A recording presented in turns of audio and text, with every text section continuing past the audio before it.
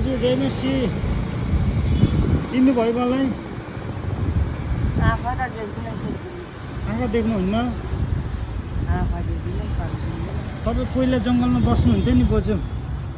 अहिले त मेरो बसोबास हुन्छ हो र यतै बाधा पुगिरहेको छ कति वर्ष पुग्नुभयो अहिले बोजू त्यही 85 वर्ष पुग्यो होला चर्च जाँदै हुनुहुन्छ हँ? कुन चर्च जानुहुन्छ अहिले म पवित्र चर्चमा हुर्किएको हजुर 8को मण्डलीमा दिक्क हराएर प्रभुले टिक्टा लगाउँदै ल्याए अँ बालक कस भने टिक्टा लगायो चर्चमा ल्याए फेरि अहिले माता पिताको मण्डलले परिरहेको छु हजुर त्यता पनि हराइरहेको छु सैतानले बाधा पुऱ्याइरहेको छु ए अनि अहिले कहीँ जानुहुन्न खै त अब म अब त्यति हल्लिँदै जाने मान्छे होइन म दिनमा हप्तामा 5-6 हजारको चिज पैसा लिएर जाने मान्छे अँ एउटा यो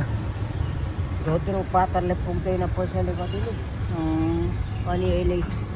अब यतै म जनसँग पहिला र म यतै सेवा अब सेवा सुरु गरेको कहाँ बस्दै हुनुहुन्छ अहिले यहाँ स्कुलको अगाडि ए एक्लै अनि राजुको आमाकोमा एक्लै कहाँ त्यहाँ बस्नु अर्को भाडा लिँदैन होला नि हँ भाडा लिँदैन होला नि के को भाडा ओरौँ खोरौँ पैसा खाइरहेको छ के को भाडा ए हो र भाडा तिरी बस्छ म थोरै म आफ्नो बर्बाद भइरहेको अँ अहिले बाला सङ्गति जन सङ्गति खोज्छौँ भनेर फिलाडेली बिहाले